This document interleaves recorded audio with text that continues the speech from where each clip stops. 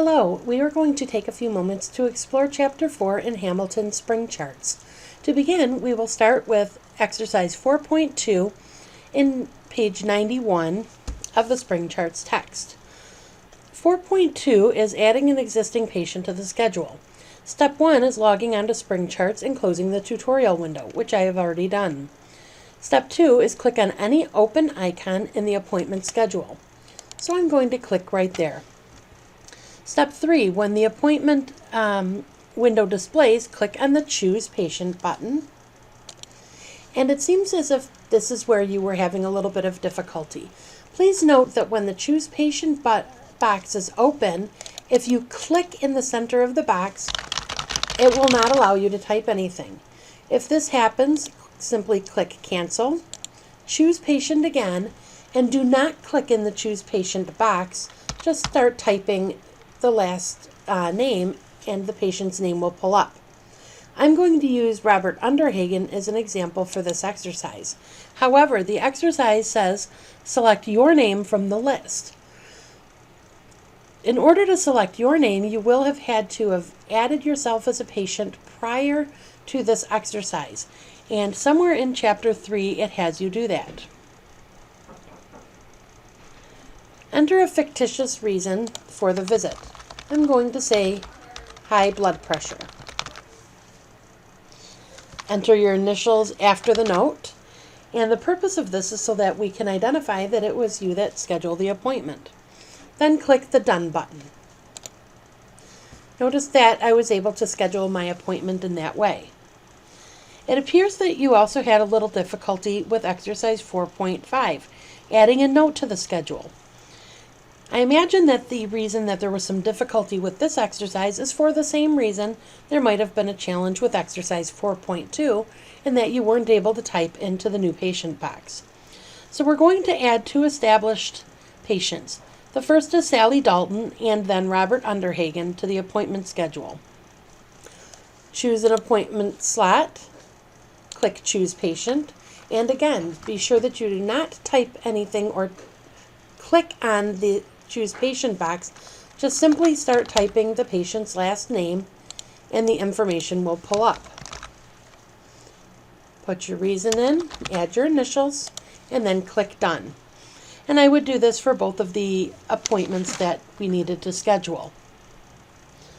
For exercise 4.8, which it appears was also an issue, we should click on your name in the appointment schedule. I'm going to click on Robert Underhagen's since that is the one that I used for myself. Click on the Chart No-Show button in the Edit Appointment window. Save the no-show documentation as Save As under the encounter by clicking on the Save button. So we're saving as an encounter, as a no-show, so we don't need to change anything. We'll just click Save. And this will chart the patient's no-show. So if we were to go into Mr. Underhagen's chart, let's see, we will get the chart. If we looked under his encounters, you would see that we have a no-show for this date.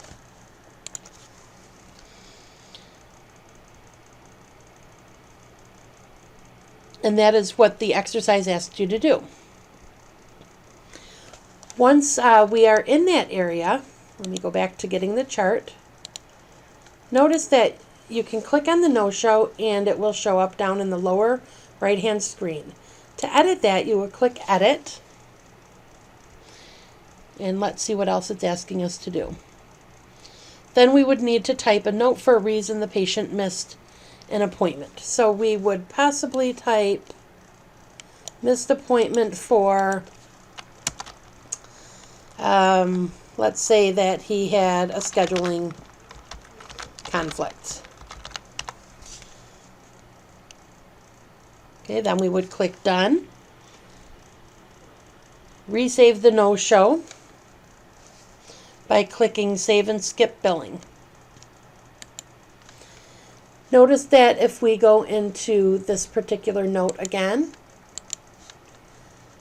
that our appointment schedule conflict has been charted for him.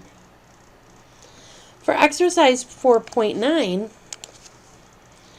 We are going to print the current patient schedule by clicking Print Schedule button in the upper right corner of the office schedule. So we would need to close out of everything, click on Print Schedule, and then click Print to send it to the printer.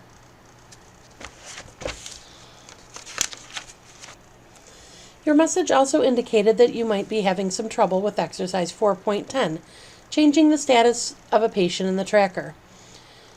To log into SpringCharts, then you would close the tutorial window. Then you would click on the patient Chris Sites in the patient tracker feature.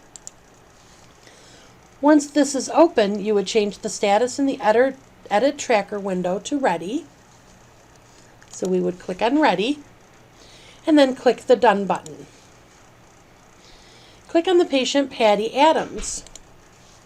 And once this is open, in the tracker window, change the status of Patty to nurse ready. Then you would click done.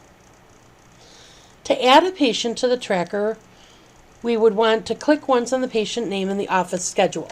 So we're going to add Sally Dalton, click on her name, and select the Track Patient button.